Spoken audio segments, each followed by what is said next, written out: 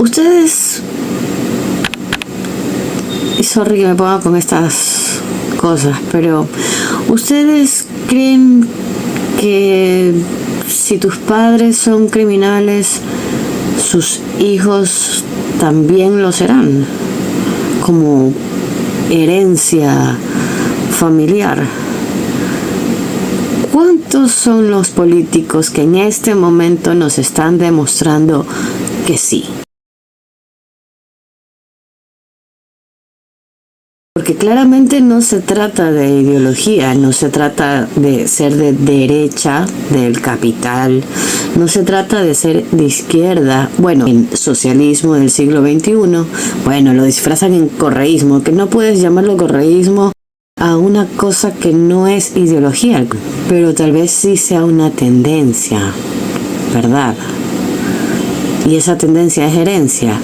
O el novoísmo, eso tampoco es ideología, es una tendencia. No confundamos las cosas, debemos tener cuidado con cómo llamamos a las cosas, porque a partir de cómo las llamemos es como las vamos a creer. Y hay que ser críticos y hay que separar la ideología de las tendencias y de los intereses. Sobre todo cuando son los políticos que están gobernando o que gobernaron y que su único interés es y fue robar. Jorge Glass es otro caso de persecución política, dirán unos, justicia, dirán otros.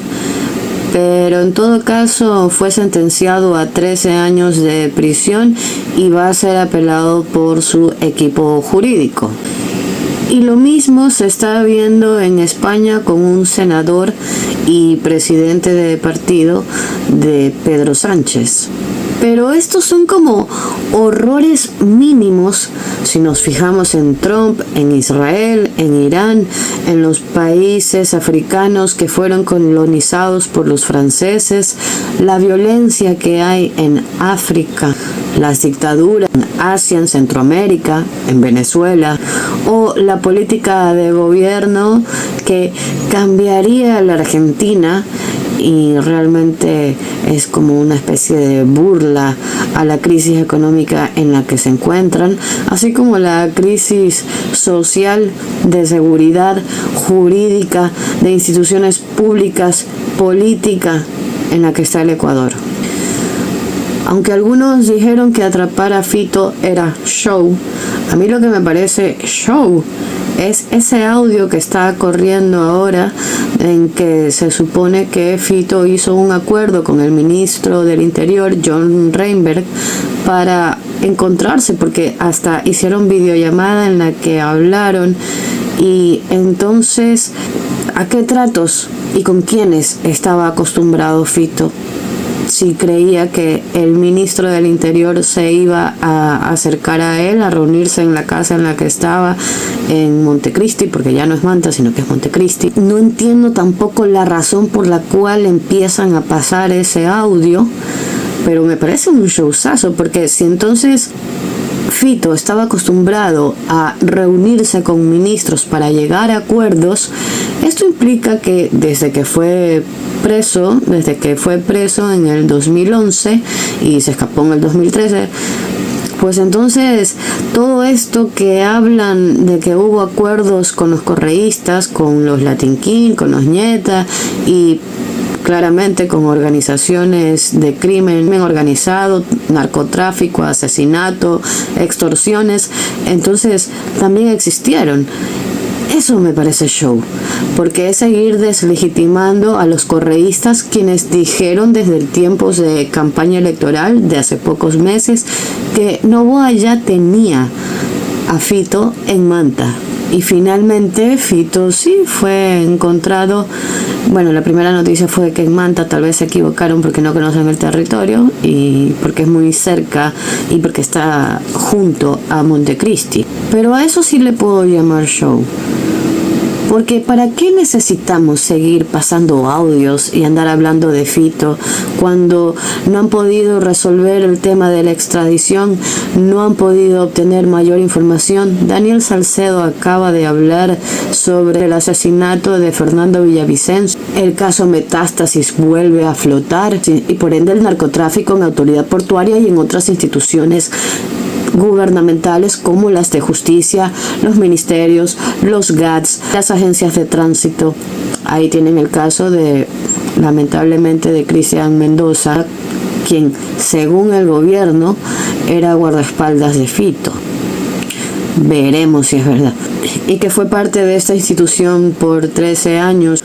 Él tuvo un ascenso en el, no sé si fue 2022 o 2023, por el exalcalde Agustín Intriago.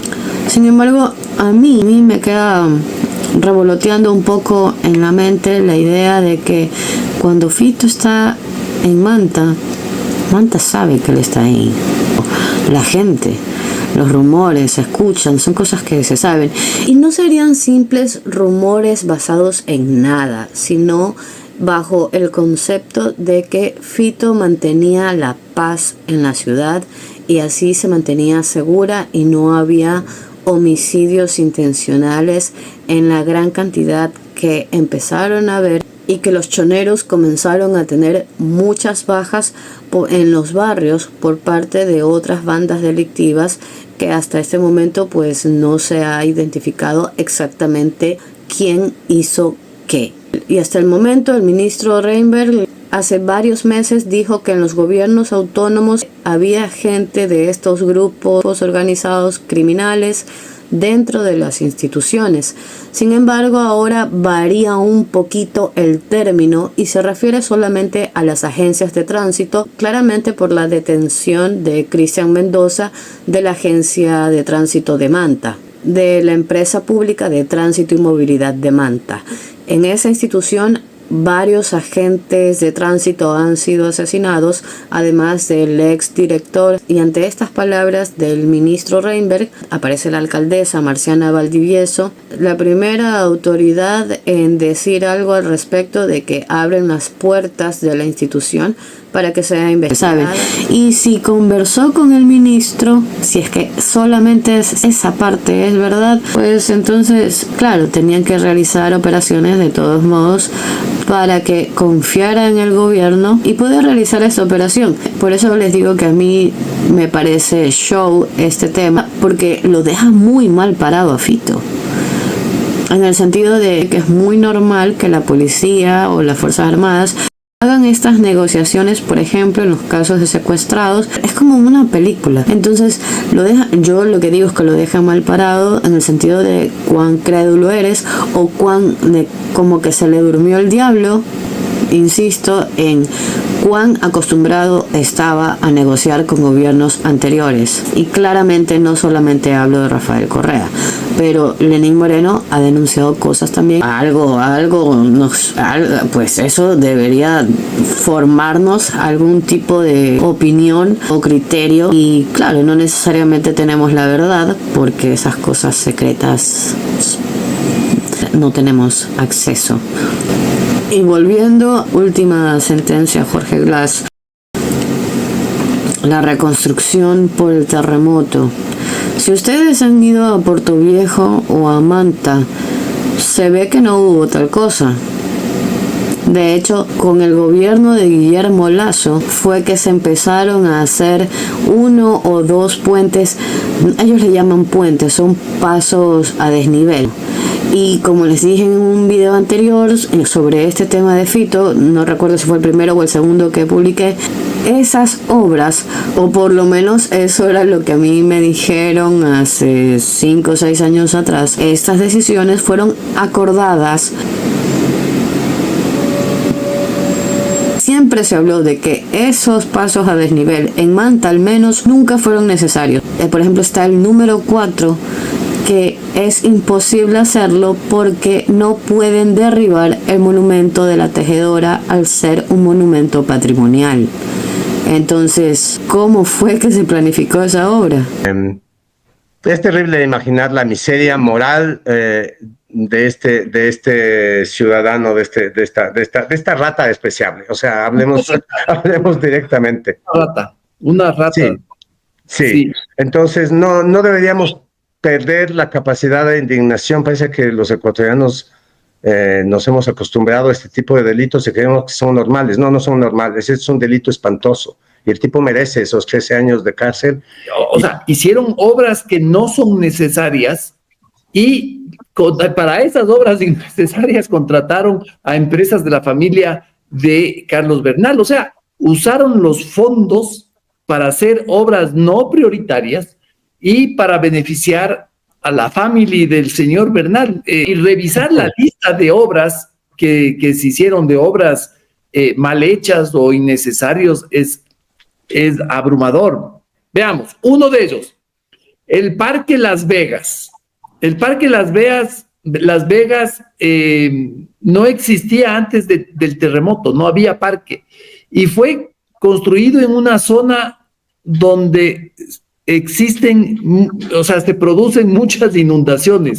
O sea, un parque en esas circunstancias, con la gente, como tú decías, sin tener que comer, sin tener dónde dormir, no era lo prioritario, pues. O sea, hagan hospitales, hagan escuelas, hagan casas de emergencia, lo que sea, pero parques, no. Esa es una de las obras. No, yo no creo que sea cuestión de opiniones, no basta ver la lista. Si se considera que el hospital de Pedernales lo inauguró recién Lazo, la comunidad había estado esperando la finalización de la obra durante años, especialmente después del terremoto, y recién Guillermo Lazo, o sea, es que eso estuvo paralizado. Ese fue un hospital que se construyó, ¿qué? 8 años después, mientras los habitantes de Pedernales no tenían acceso a servicios de salud de calidad, tenían facilidades pesqueras que no servían.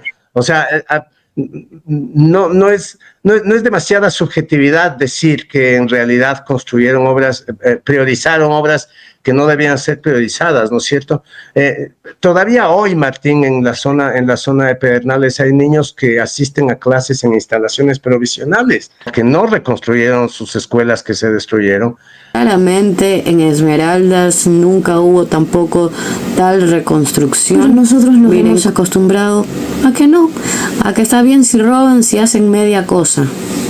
Y ahora tenemos esta ley y me parece totalmente retrógrado.